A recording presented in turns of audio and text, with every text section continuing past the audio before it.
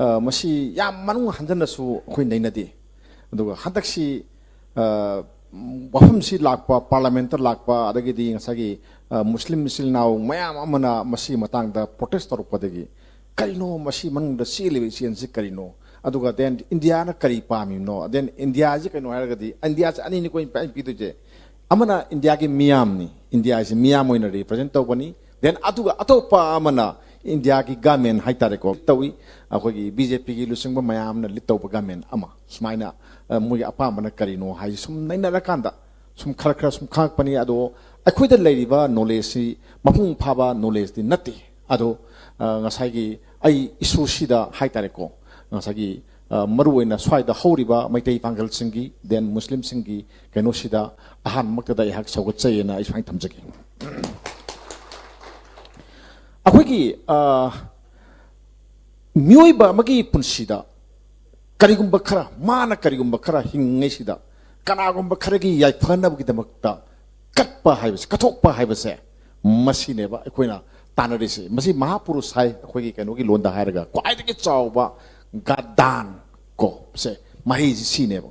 ꯑꯩꯒꯤ ꯂꯩꯔꯤꯕ ꯄꯣꯠ ꯑꯃ ꯀꯅꯥꯒꯨꯝꯕ ꯈꯔꯒꯤ ꯌꯥꯏꯐꯅꯕꯒꯤꯗꯃꯛꯇ ꯀꯠꯄ ꯍꯥꯏꯕꯁꯦ ꯃꯁꯤ ꯌꯥꯝ ꯃꯔꯨ ꯑꯣꯏ ꯑꯗꯨꯅ ꯃꯩꯇꯩꯒꯤ ꯈꯨꯟꯅꯥꯏꯗ ꯊꯥꯏꯅ ꯃꯃꯥꯡꯉꯩꯗꯒꯤ ꯍꯧꯅ ꯑꯩꯈꯣꯏꯒꯤ ꯁ꯭ꯀꯨꯜ ꯂꯩꯇꯕꯗ ꯁ꯭ꯀꯨल ꯂꯤꯡꯉꯤ ꯍꯥꯏꯕꯗ ꯃꯥꯒꯤ ꯍꯤꯡꯒꯣꯜ ꯀꯠꯂꯤꯅꯤꯀꯣ ꯑꯗꯨꯒ ꯁ꯭ꯀꯨꯜ ꯂꯤꯡꯉꯤꯅꯤ ꯑꯗꯨꯒ ꯁ꯭ꯀꯨꯜꯗꯨ ꯂꯤꯡꯕꯒꯤ ꯀꯠꯂꯤꯕ ꯃꯤꯗꯨꯒꯤ ꯃꯃꯤꯡꯗ ꯊꯣꯜꯂꯒ CH ꯏꯕꯣꯌꯥꯏꯃ ꯍꯥꯏ ꯁ꯭ꯀꯨꯜ ꯑꯗꯨ ꯑꯗꯥ ꯃꯌꯥꯝ ꯑꯃ ꯂꯩꯔꯤꯕ ꯑꯩꯈꯣꯏꯅ ꯎ ꯐꯪꯉꯤꯁꯤꯡꯁꯦ ꯑꯗꯨ ꯏꯪꯈꯣꯜ ꯀꯠꯂꯤꯅꯤ ꯑꯣꯐꯤꯁꯀꯤ ꯀꯩꯅꯣ ꯁꯥꯐꯝ ꯀꯠꯂꯤꯅꯤ ꯁꯨꯃꯥꯏꯅ ꯇꯧꯔꯒ ꯀꯠꯂꯤ ꯑꯗꯣ ꯉꯁꯥꯏꯒꯤ ꯀꯩꯅꯣꯒꯤ ꯍꯧꯖꯤꯛꯇ ꯁꯨꯝ ꯌꯨꯝꯂꯩ ꯀꯩꯔꯩ ꯈꯔ ꯐꯔꯛꯄ ꯁꯦꯟꯃꯤꯠꯂꯣꯟꯒꯤ ꯐꯤꯕꯝ ꯈꯔ ꯐꯔꯛꯄ ꯋꯥꯅꯤ ꯑꯩꯈꯣꯏꯒꯤ ꯃꯨꯁꯂꯤꯝꯒꯤ ꯏꯆꯤꯜ ꯏꯅꯥꯎ ꯃꯌꯥꯝ ꯑꯃ ꯄꯥꯡꯒꯜꯒꯤ ꯏꯆꯤꯜ ꯏꯅꯥꯎ ꯃꯌꯥꯝ ꯑꯃ ꯁ꯭ꯋꯥꯏ ꯂꯩꯔꯤꯁꯨ ꯍꯥꯟꯅ ꯀꯩꯁꯨ ꯌꯥꯝ ꯀꯟꯅ ꯑꯗꯨ ꯌꯥꯝꯅ ꯐꯔꯝꯕ ꯄꯣꯠ ꯅꯠꯇꯦꯕ ꯃꯣꯏꯗ ꯑꯩꯈꯣꯏꯒꯤ ꯈꯨꯟꯅꯥꯏꯁꯤꯒꯤ ꯐꯅꯕꯒꯤꯗꯃꯛꯇ ꯗꯦꯟ ꯐꯨꯔꯨꯞꯁꯤꯒꯤ ꯐꯅꯅꯕ ꯁꯣꯊꯥꯎꯔꯕꯁꯤꯡꯒꯤ ꯐꯅꯕꯒꯤꯗꯃꯛꯇꯅꯦꯅ ꯉꯁꯥꯏꯒꯤ ꯀꯠꯊꯣꯛꯀꯅꯤ ꯀꯔꯤꯒꯨꯝꯕ ꯈꯔ ꯀꯠꯀꯅꯤ ꯑꯜꯂꯥꯍꯒꯤ ꯃꯤꯡꯗ ꯀꯠꯀꯅꯤ ꯀꯥꯏꯅ ꯋꯥꯈꯜꯂꯣꯟ ꯑꯃ ꯐꯥꯎꯔꯒ ꯑꯩꯈꯣꯏꯒꯤ ꯋꯥꯛꯐ ꯍꯥꯏꯅ ꯂꯥꯛꯄꯁꯦ ꯑꯩ ꯃꯁꯤ ꯌꯥꯝ ꯁꯥꯊꯤꯅ ꯏꯀꯥꯏ ꯈꯨꯝꯅꯖꯩꯌꯦꯅ ꯑꯩ ꯁꯨꯃꯥꯏꯅ ꯑꯍꯥꯟꯕꯗ ꯑꯃꯨꯛ ꯊꯝꯖꯒꯦ ꯉꯁꯤꯁꯦ ꯅꯩꯅꯕ ꯌꯥꯕ ꯌꯥꯝ ꯌꯥꯝꯃꯦ ꯑꯗꯣ ꯑꯩ ꯃꯇꯝ ꯐꯪꯗꯧ ꯃꯥꯟꯗꯦ ꯏꯀꯥꯏ ꯈꯨꯝꯅꯖꯔꯕ ꯑꯩꯈꯣꯏꯒꯤ ꯑꯩꯒꯤꯗꯤ ꯑꯣꯖꯥ ꯒꯨꯔꯨꯒꯨꯝꯕꯅꯤ ꯑꯩꯈꯣꯏꯒꯤ ꯇꯥꯃꯣ ꯖꯣꯏ ꯂꯦꯡꯁꯤꯟꯕꯤꯔꯦ ꯑꯗꯒꯤꯗꯤ ꯑꯣꯖꯥ ꯈꯥꯏꯗꯦꯝꯃꯅꯤ ꯑꯩꯈꯣꯏ ꯃꯌꯥꯝ ꯑꯃ ꯂꯦꯡꯁꯤꯟꯕꯤꯕꯅꯤꯅ ꯃꯇꯝꯁꯤ ꯌꯥꯝ ꯐꯪꯗꯧ ꯃꯥꯟꯗꯦ ꯑꯩꯈꯣꯏꯒꯤ ꯀꯩꯅꯣꯅ ꯍꯧꯖꯤꯛꯀꯤ ꯕꯤꯜꯁꯤꯗ ꯀꯔꯤ ꯌꯥꯎꯔꯤ ꯍꯥꯏꯕ ꯄꯣꯠ ꯑꯃ ꯅꯩꯅꯕ ꯌꯥꯕ ꯄꯣꯠ ꯑꯃ ꯂꯩ ꯑꯗꯨꯒ ꯗꯦꯟ ꯏꯟꯗꯤꯌꯥ ꯒꯃꯦꯟꯅ ꯀꯔꯤ ꯍꯥꯏꯔꯤ ꯀꯔꯤ ꯄꯥꯝꯃꯤ ꯍꯥꯏꯕꯅꯆꯤꯡꯕ ꯗꯦꯟ ꯑꯗꯒꯤꯗꯤ ꯃꯨꯁꯂꯤꯝ ꯀꯝꯃꯨꯅꯤꯇꯤ ꯃꯌꯥꯝꯁꯤꯅ ꯀꯔꯤ ꯍꯥꯏꯔꯤꯒꯦ ꯑꯗꯨꯒ ꯑꯩ ꯏꯁꯥꯒꯤ ꯑꯣꯏꯕ ꯄꯣꯠꯅ ꯀꯔꯤꯅꯣ ꯍꯥꯏꯁꯤ ꯆꯣꯏꯅ ꯁꯨꯝ ꯊꯝꯕ ꯄꯥꯝꯃꯝꯕꯅꯤ ꯑꯗꯣ ꯑꯩ ꯃꯇꯝ ꯐꯪꯗꯧ ꯃꯥꯟꯗꯦꯅ ꯈꯜꯂꯤ ꯑꯗꯨꯅ ꯑꯩ ꯌꯥꯝ ꯇꯦꯟꯅ ꯑꯩ ꯍꯥꯏꯖꯔꯕꯗ ꯑꯩꯈꯣꯏꯒꯤ ꯀꯩꯅꯣꯁꯦ ꯑꯩꯈꯣꯏꯒꯤ ꯀꯔꯤ ꯀꯠꯄ ꯌꯥꯒꯦ ꯑꯩꯈꯣꯏꯒꯤ ꯋꯥꯛꯐꯁꯤꯗ ꯀꯔꯤ ꯀꯠꯄ ꯌꯥꯒꯦꯁꯦ ꯃꯌꯥꯝ ꯂꯣꯏ ꯑꯅꯝꯕꯗꯤ ꯂꯣꯏ ꯈꯪꯕꯤꯔꯦꯀꯣ ꯃꯔꯨꯑꯣꯏꯅ ꯑꯩꯅ ꯑꯩꯒꯤ ꯄꯨꯟꯁꯤꯗ ꯍꯤꯡꯉꯩꯗ ꯂꯩꯖꯔꯤꯕ ꯂꯟ ꯊꯨꯝꯁꯤ ꯀꯠꯇꯣꯏꯅꯤ ꯀꯅꯥꯒꯤꯗꯃꯛꯇ ꯀꯠꯇꯣꯏꯅꯣ ꯑꯜꯂꯥꯍꯒꯤ ꯃꯤꯡꯗ ꯀꯠꯄꯅꯤ ꯑꯗꯣ ꯑꯜꯂꯥꯍꯅꯗꯤ ꯑꯥꯗꯒꯤ ꯈꯨꯠ ꯇꯤꯡꯊꯣꯛꯑꯒ ꯂꯧꯕꯗꯤ ꯌꯥꯄꯣꯟꯇꯦꯗꯣ ꯃꯗꯨ ꯀꯅꯥꯒꯤꯅꯣ ꯍꯥꯏꯀꯥꯟꯗ ꯋꯦꯜꯐꯤꯌꯥꯔ ꯑꯣꯐ ꯗꯤ ꯄꯤꯄꯜ ꯃꯤꯌꯥꯝꯒꯤꯅꯦꯕꯀꯣ ꯁꯣꯊꯍꯧꯔꯕꯁꯤꯡꯒꯤ ꯁ꯭ꯀꯨꯜ ꯁꯥꯗꯣꯏꯅꯤ ꯅꯠꯇ꯭ꯔꯥ ꯂꯥꯏꯌꯦꯡꯁꯪ ꯂꯩꯇꯕ ꯃꯐꯝꯗ ꯂꯥꯏꯌꯦꯡꯁꯪ ꯁꯥꯗꯣꯏꯅꯤ ꯀꯣ ꯍꯧꯖꯤꯛ ꯃꯌꯥꯝ ꯈꯪꯕꯤꯔꯝꯒꯅꯤ ꯃദ്ꯔꯥꯁꯥ ꯃꯌꯥꯝ ꯆꯂꯥꯏꯔꯤꯁꯤꯡꯁꯤ ꯃꯅꯤꯄꯨꯔ ꯒꯃꯦꯟꯅ ꯄꯤꯕꯅ ꯈꯔꯅꯤ ꯑꯗꯨꯒ ꯑꯌꯥꯝꯕꯗꯤ ꯋꯥꯛꯐꯒꯤ ꯃꯔꯜꯅ ꯑꯩ ꯁꯥꯕ ꯑꯣꯏꯔꯝꯒꯅꯤꯅ ꯆꯂꯥꯏꯕ ꯑꯣꯏꯔꯝꯒꯅꯤꯅ ꯑꯩ ꯂꯧꯋꯦꯕꯀꯣ ꯁꯤꯃꯁꯨ ꯂꯧꯏ ꯑꯗꯒꯤꯗꯤ ꯂꯩꯇꯕ ꯂꯥꯏꯔꯕ ꯃꯌꯥꯝꯗ ꯃꯔꯨꯑꯣꯏꯅ ꯑꯩꯈꯣꯏꯒꯤ ꯃꯄꯨꯔꯣꯏꯕ ꯀꯥꯏꯅꯈ꯭ꯔꯕ ꯂꯨꯈ꯭ꯔꯥꯕꯤꯁꯤꯡꯗ ꯁꯦꯟꯊꯪ ꯄꯤꯔꯤ ꯑꯗꯨꯒ ꯗꯦꯟ ꯑꯗꯒꯤ ꯂꯥꯏꯔꯤꯛ ꯂꯥꯏꯁꯨ ꯇꯝꯕ ꯉꯝꯗꯕ ꯃꯌꯥꯝꯗ ꯂꯥꯏꯔꯤꯛ ꯂꯦꯝꯅ ꯇꯝꯍꯟꯕꯒꯤ ꯑꯗꯨꯒꯨꯝꯕ ꯇꯣꯈꯥꯏꯕ ꯀꯝꯃꯨꯅꯤꯇꯤꯒꯤ ꯑꯣꯏꯕ ꯄꯣꯠ ꯑꯃ ꯑꯗꯨꯝ ꯌꯥꯎꯖꯔꯤꯕ ꯄꯣꯠ ꯑꯃꯅꯦꯕ ꯁꯦ ꯌꯥꯝ ꯐꯖꯕ ꯀꯩꯅꯣꯅꯤ ꯂꯣꯅꯤ ꯁꯤꯗ ꯂꯩꯔꯤꯁꯤꯡꯁꯦ ꯑꯗꯨꯅ ꯀꯠꯄꯁꯤꯗ ꯃꯥꯏ ꯎꯄꯨ ꯀꯥꯡꯊꯣꯟꯕꯨ ꯀꯠꯄ ꯌꯥꯏ ꯑꯩꯒꯤ ꯂꯩꯔꯤꯕ ꯎꯄꯨꯁꯤꯃ ꯀꯠꯂꯒꯦ ꯀꯥꯡꯊꯣꯟꯁꯤꯃ ꯀꯠꯂꯒꯦ ꯍꯥꯏꯁꯦ ꯁꯤꯕꯨ ꯋꯥꯛꯐꯗ ꯌꯥꯏ ꯑꯩꯈꯣꯏ ꯊꯦꯡꯅꯩ ꯀꯔꯤꯒꯤꯅꯣ ꯍꯥꯏꯔꯀꯥꯟꯗ ꯑꯩꯒꯤ ꯎꯄꯨ ꯑꯩꯅ ꯀꯠꯂꯤꯗꯣ ꯀꯅꯥꯒꯨꯝꯕ ꯂꯩꯇꯕ ꯑꯃꯗꯗꯤ ꯃꯉꯣꯟꯗ ꯄꯤꯕꯗ ꯃꯥ ꯍꯔꯥꯎ ꯍꯔꯥꯎꯅ ꯂꯧꯗꯣꯏꯅꯦꯕꯀꯣ ꯁꯤꯅꯦꯕ ꯁꯤꯒꯤ ꯑꯩꯈꯣꯏꯒꯤ ꯏꯁꯂꯥꯝ ꯂꯥꯏꯅꯤꯡ ꯆꯠꯄꯒꯤ ꯈ꯭ꯋꯥꯏꯗꯒꯤ ꯐꯖꯕ ꯀꯩꯅꯣꯁꯤ ꯁꯤꯅꯦꯕ ꯀꯠꯊꯣꯛꯄꯁꯤꯅꯦꯕ ꯃꯁꯤ ꯇꯝꯖꯅꯤꯡꯉꯥꯏꯅꯤ ꯑꯩꯈꯣꯏ ꯄꯨꯝꯅꯃꯛꯅ ꯇꯝꯖꯅꯤꯡꯉꯥꯏ ꯑꯣꯏꯌꯦꯅ ꯑꯩ ꯁꯤꯃ ꯊꯝꯅꯤꯡꯉꯤ ꯑꯗꯨꯅ ꯍꯧꯖꯤꯛ ꯂꯩꯔꯤꯁꯤ ꯃꯌꯥꯝ ꯈꯪꯕꯤꯔꯦ ꯂꯣꯏꯅꯃꯛ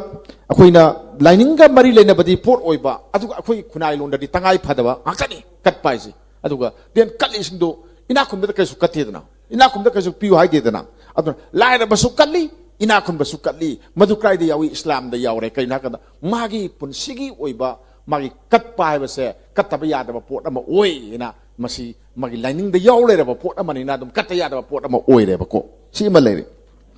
adaki silaka da karigino asukam kanna yaning disi karigino yaning da bisi kaino harga migi hanagi lining ga mari le na ba pot mayam ama then adagi migi khangi ba hanadagi salairak ba thaina ma mangai de hono salairak ba potu ngasagi salai di ba kamu du yaudana kana gum ba kharna samjil laga sajal laga puthoraga ek ne lai bil ne puthori ni ko muslim kana yarong ga de system ba dam da haibiu ni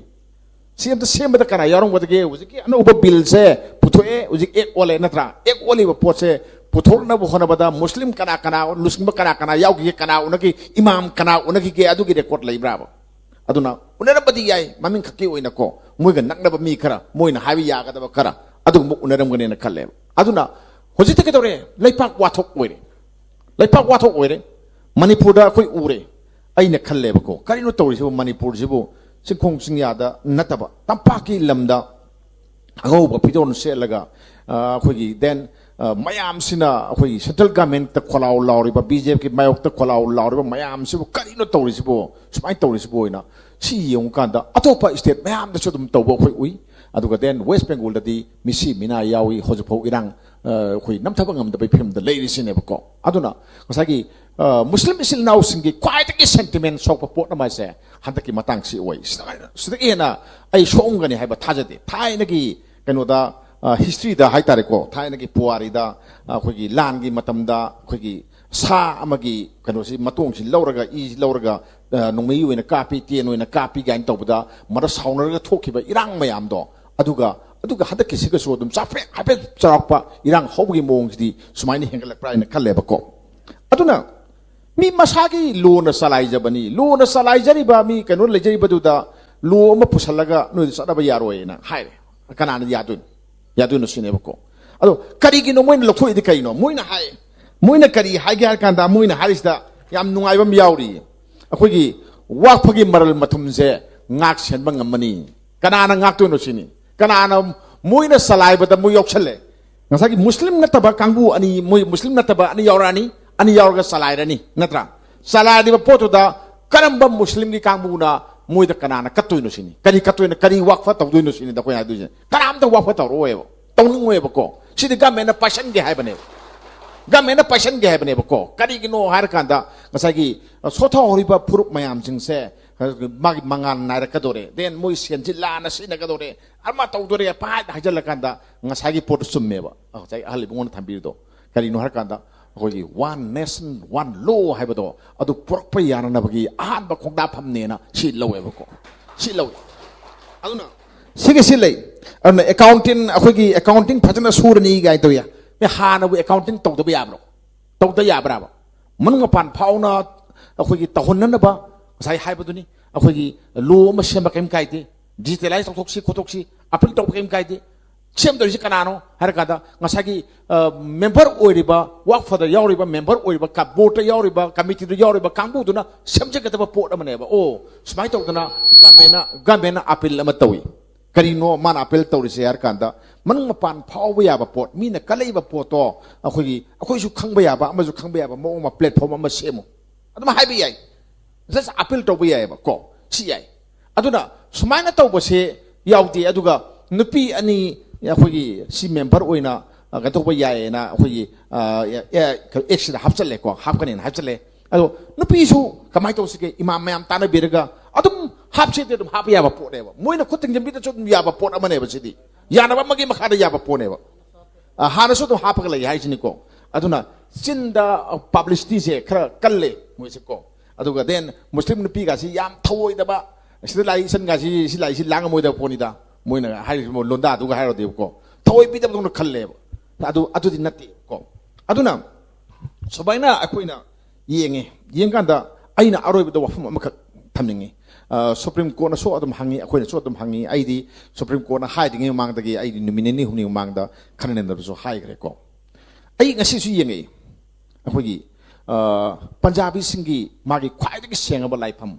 akogi golden temple mayam maming tabiram gani ko ngasagi congress ki matamni akogi indira gandhi na prime minister oikanda maduda mi mayam hat ki ba sangjalaga operation tawbagi natro mai punsi mangi do kaliko ꯉꯁꯥꯏꯒꯤ ꯊꯃꯣꯏ ꯁꯣꯛꯄ ꯃꯌꯥꯝ ꯑꯃ ꯌꯥꯎꯔ ꯀꯠꯂꯤꯅꯦꯕꯀꯣ ꯑꯗꯨꯒꯤ golden ꯇꯦꯝꯄꯜꯗꯨꯗ ꯉꯁꯥꯏꯒꯤ ꯀꯔꯤꯒꯤꯅꯣ ꯃꯦꯝꯕꯔꯗꯣ ꯃꯅꯤꯄꯨꯔ ꯀꯩꯅꯣꯒꯤ ꯏꯟꯗꯤꯌꯥ ꯒꯃꯦꯟꯠꯀꯤ ꯃꯣꯏꯅ ꯄꯥꯏꯕ ꯃꯣꯏ ꯌꯥꯎꯒꯦ ꯍꯥꯏꯕꯗꯤ ꯀꯔꯤ ꯌꯥꯗꯦ ꯇꯦꯔꯣꯔꯤꯁ ꯃꯌꯥꯝꯅ ꯑꯗꯨ ꯂꯣꯏ ꯂꯩ ꯈꯪꯉꯤ ꯑꯗꯨꯗꯗꯤ ꯇꯨꯔꯤꯕ ꯃꯌꯥꯝꯗꯣ ꯃꯤ 100-150 ꯍꯦꯟꯅ ꯇꯨꯔꯤꯅꯤ ꯃꯅꯨꯡꯗꯨꯗ ꯅꯠꯇ꯭ꯔꯣ ꯑꯗꯨꯗꯤ ꯑꯗꯨꯒꯤ ꯄꯣꯠꯇꯨꯗꯤ ꯃꯣꯏ ꯄꯥꯏꯕ ꯌꯥꯎꯒꯦ ꯍꯥꯏꯗꯦꯕꯀꯣ ꯑꯗꯨꯒ ꯗꯦꯟ ꯃꯥꯅ ꯀꯃꯥꯏꯅ ꯇꯧꯒꯦꯕꯨ ꯁꯦꯀꯨꯂरिꯖꯝ ꯆꯠꯄ ꯂꯩꯕꯥꯛꯅꯤꯅ ꯑꯩꯈꯣꯏꯒꯤ ꯀꯩꯅꯣꯁꯤ ꯃꯨꯁꯂꯤꯝꯒꯤ ꯑꯅꯤ ꯑꯃꯁꯨ ꯃꯣꯏ ꯀꯃꯤꯇꯤꯗꯨꯗ ꯌꯥꯎꯍꯟꯒꯦꯅ ꯀꯔꯤꯒꯤ ꯍꯥꯏꯗꯦ ꯍꯥꯏ ꯉꯝꯗꯕ ꯀꯔꯤꯒꯤꯅꯣ ꯁꯤꯟꯗ ꯌꯥꯎꯍꯜꯂꯨ ꯃꯣꯏꯅ ꯁꯦꯀꯨꯂरिꯖꯝ ꯆꯠꯅꯤ ꯍꯥꯏꯇꯥꯔꯒꯗꯤ ꯄꯨꯔꯤꯒꯤ ꯀꯥꯡ ꯆꯤꯡꯕꯗ ꯀꯥꯡ ꯆꯤꯡꯍꯜꯂꯨ ꯃꯣꯏꯒꯤ ꯕꯣꯠꯇꯨꯗ ꯃꯨꯁꯂꯤꯝ ꯑꯅꯤ ꯌꯥꯎꯍꯜꯂꯨ ꯁꯨꯃꯥꯏꯅ ꯇꯧꯗꯅ ꯑꯗꯨꯔꯒꯗꯤ ꯑꯩꯈꯣꯏ ꯌꯥꯒꯦꯕꯀꯣ ꯑꯗꯨ ꯅꯠꯇꯅ ꯀꯥꯡꯂꯨꯞ ꯑꯃꯗ ꯁꯨꯝ ꯇꯧꯕꯒꯤ ꯃꯥꯟꯕ ꯃꯑꯣꯡ ꯃꯥꯟꯕ ꯑꯃ ꯇꯧꯔꯒꯗꯤ ꯏꯟꯗꯤꯌꯥꯗ ꯍꯥꯟꯅ ꯂꯩꯔꯤꯕ ꯁꯦꯀꯨꯂरिꯖꯝꯁꯦ ꯀꯩꯅꯣꯝ ꯇꯧꯈ꯭ꯔꯦꯅ ꯃꯌꯥꯝ ꯍꯥꯏꯅꯔꯛꯀꯅꯦꯕꯀꯣ ꯑꯗꯨꯅ ꯐꯅ ꯌꯥꯝꯅ ꯐꯕ ꯄꯣꯂꯤꯁꯤ ꯑꯣꯏꯔꯒꯁꯨ ꯑꯗꯨꯒ ꯃꯤꯒꯤ ꯂꯥꯏꯅꯤꯡꯗ ꯈꯨꯠ ꯊꯤꯡꯖꯤꯟꯕ ꯑꯣꯏꯅ ꯑꯩ ꯊꯣꯛꯏ ꯑꯗꯨꯒ ꯃꯤꯒꯤ ꯇꯧꯔꯤꯕ ꯊꯕꯛ ꯊꯧꯔꯝꯁꯤꯡꯗꯨꯗ ꯐꯖꯅ ꯑꯦꯗꯚꯥꯏꯁ ꯇꯧꯔꯒ ꯁꯨꯃꯥꯏꯅ ꯇꯧꯍꯟꯅꯤꯡꯉꯤ ꯈꯣꯠꯍꯟꯅꯤꯡꯉꯦꯅ ꯐꯖꯅ ꯀꯧꯔ ꯋꯥꯔꯤ ꯁꯥꯕ ꯌꯥꯏ ꯁꯨꯃꯥꯏꯅ ꯇꯧꯁꯤꯅ ꯑꯗꯨꯒ ꯍꯥꯏꯔꯒ ꯇꯧꯍꯜꯂꯒ ꯑꯗꯨꯝ ꯂꯣꯏꯔꯕ ꯅꯠꯇ꯭ꯔꯣ ꯄꯣꯠꯇꯤ ꯇꯧꯍꯟꯕꯗꯨꯅꯦꯕ ꯃꯔꯨꯗꯤ ꯃꯤꯒꯤ ꯃꯅꯤꯡ ꯇꯝꯕꯁꯨ ꯑꯗꯨꯝ ꯉꯥꯛꯄꯤꯕ ꯑꯗꯨꯒ ꯃꯣꯏꯅ ꯄꯥꯝꯕ ꯊꯕꯛ ꯈꯔꯁꯨ ꯑꯗꯨꯝ ꯎꯕꯗꯨ ꯅꯠꯇ꯭ꯔꯣ ꯑꯗꯨꯗꯤ ꯅꯠꯇꯅ ꯑꯗꯨ ꯅꯠꯇꯦꯕ ꯇꯧꯔꯛꯏꯁꯤꯗꯤ ꯑꯗꯨꯅ ꯑꯩꯅ ꯃꯊꯪ ꯇꯥꯔꯛꯄꯗ ꯍꯥꯏꯖꯕꯁꯤ ꯏꯟडियन ꯀꯟꯁꯇꯤꯇ꯭ꯌꯨꯁꯟꯒꯤ आर्टिकल 13 राइट टू इक्वालिटी अमगा मानबदो अखोगी मुस्लिम दरी मानद्रे को अदुनिको कन्स्टिट्यूशन द काय हैन हाइसे को अदा आर्टिकल 15 अदुगा ngसागी प्रोहिबिशन ऑफ डिस्क्रिमिनेशन हंथना येंबगी थाक अमा लाएबको हंथना येंबगी थाक अमा लाए अदुगा आर्टिकल 25 फ्रीडम ऑफ रिलीजियस को मिगी लाइनिंग की मनिंग तमजब हाइबम लई माना कलिदु लाइनिंग दुगी मतुंग इन कलिनी कइनो अल्लाहना ऐसे आद ओकदोइनी आइगी पुरसिदा सिमा तोरमुना अदुगी रमत वाकफ तौरी नत्रो अदुगिदु मिगी कनाना सेमबनो लाइनिंग सेबिब नत्रो अदुगी लाइनिंग सेम पोतु मुइना मदुदा अखोगी फ्रीडम दो अदु मांगलगदि कमाय तौनी कनाना कनिंग दुइनो ngsa हाइजे दुनिको अदुना देन अमना मिगी खोगी रिलीजन्स की ओइबा लाइनिंग मरी लेनबा ngसाइ कनो सिंगसे मागी एफआर थबक थोरम मयाम सिंगसिदा मदुगी मनिंग तंबदु मुइना मतलेब मसिना आर्टिकल 26 साइज नेबको सी मयाम सी पुनसल लकांदा खोगी सुप्रीम कोर्ट की खोगी काय खुमनजरबा लो सेंबा हाबदि यादे लोबु ममुताना हंदुओगा मियामदा खोगी कनो पीरिबा हाइतारेको वाइल पीरिबा सुप्रीम कोर्ट की अनोबा रूलिंग अमा लाखपो ओइरसनोना आई सिदं हाइजरगा मयाम दे काइन मेथंगनिजे थैंक यू वेरी मच याम फजना अदुगा इकोगी पब्लिक नजु वेल कनेक्टेड ओइबा मयाम खुवा याम फंगरे आई तमोन थंबी वफम जे अदुगा मियाम गी होबुजु सपोर्ट तोगे हेबा वफम अदुगा ngasiगी सुप्रीम कोर्ट की चीफ जस्टिस ना थमकिबा जनरल काउंसिल कपिल सिबल ना थमकिबा वफम मयाम अमा गी ओइबा सब्सटेंशिएशन मयाम अमसु तोबिगिबा आई तमो बुंग फेलितना थागचरी